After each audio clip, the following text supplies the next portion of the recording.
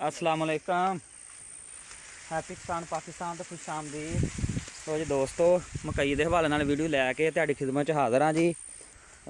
अज मैं अपने दोस्तों नूं एक डिकालप की वैरायटी लगी है जी DK 6317 इहदा रिव्यू देंगा, क्योंकि बहारिया मक्की 2025 च बहुत सारे दोस्त हज़रात जिहड़े ने परेशान ने जी कि साडी मकईयां नूं दाना नहीं पिया, बहुत सारे मसले मसाइल ने। तो जी दोस्तों, यह 10 फरवरी का 6317 का प्लाट लगा होया जी प्लांटर दे नाल। ये मकई की काश्त हुई सी जी। और अज आपां बाहरली साइड तो बार्डर वाली साइड तो कुछ चंद छलियां खोलांगे और देखांगे जी कि दाने की की सूरत हाल है, क्योंकि बहुत सारे दोस्त हज़रात जिहड़े मकई नूं लैके परेशान ने और मौसमी सूरत हाल की वजह तो काफ़ी सारे मसले मसाइल जिहड़े मकईयां दे विच भी इस दफ़ा आए ने। बहरहाल मैं अपने दोस्तों नूं हैप्पी किसान पाकिस्तान के प्लेटफार्म ते जिहड़े टॉप मकई के हाईब्रिड ने बहारिया सीजन के वो मैं 6317 का भी मशवरा दिता सी कि 6317 तुसीं लाओ लगाओ बेफिक्र हो के, इंशाअल्लाह ताला भरपूर पैदावार देने वाला हाईब्रिड है। और ये बहुत सारे दोस्त हज़रात जिहड़े वो प्लांटर ते मकई की काश्त करते हैं। प्लांटर ते हाई पापूलेशन यानी कि पौधों की तादाद जी रिकमेंडेशन पौधे फी एकड़ के होंगे वो ज़्यादा होंगी है।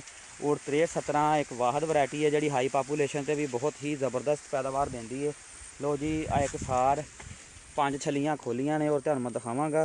आ बाहर तुसीं देख सकते हो जी बार्डर वाली साइड, इधर 1429 लगा होया और यह 6317 है जी। और यह देख सकते तुसीं माशाअल्लाह बहुत ही ज़बरदस्त आला छली और चोटी तक दाना जी।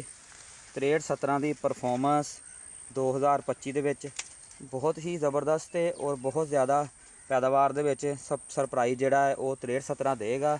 बस अगे भी बहुत ज़्यादा दफ़ा मैं अपने दोस्तों को रिक्वेस्ट कर चुकिया, मैं फिर रिक्वेस्ट कराँगा कि मकई नूं फुल मचोर करके पका के उहदी कटाई करनी है। बहुत सारे दोस्त हज़रात रेटां नूं लैके परेशान ने और मकई की कटाई च बहुत जल्दी करते पे ने, जिहदी वजह तो अगर तुसीं मकई अपनी कच्ची वढ़ लोगे 10 मन तो लैके 25 मन फी एकड़ पैदावार का जिहड़ा नुकसान होएगा। और इंशाअल्लाह ताला चांसिस ये नज़र आ रहे हैं कि मकई का रेट जिहड़ा वो बेहतर रहेगा, बहुत ज़्यादा कमी उहदे च नहीं आएगी। तो दोस्तों को रिक्वेस्ट है जी अपनी मकई नूं पका के फुल मचोर करके फिर उहदी हारवैसटिंग करो, ताकि भरपूर पैदावार जिहड़ी है मकई के फील्ड च आवे।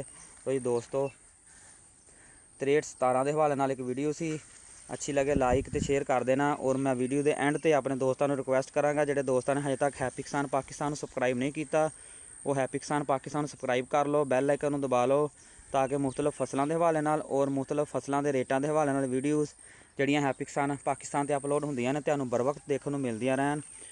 अल्लाह हाफिज़।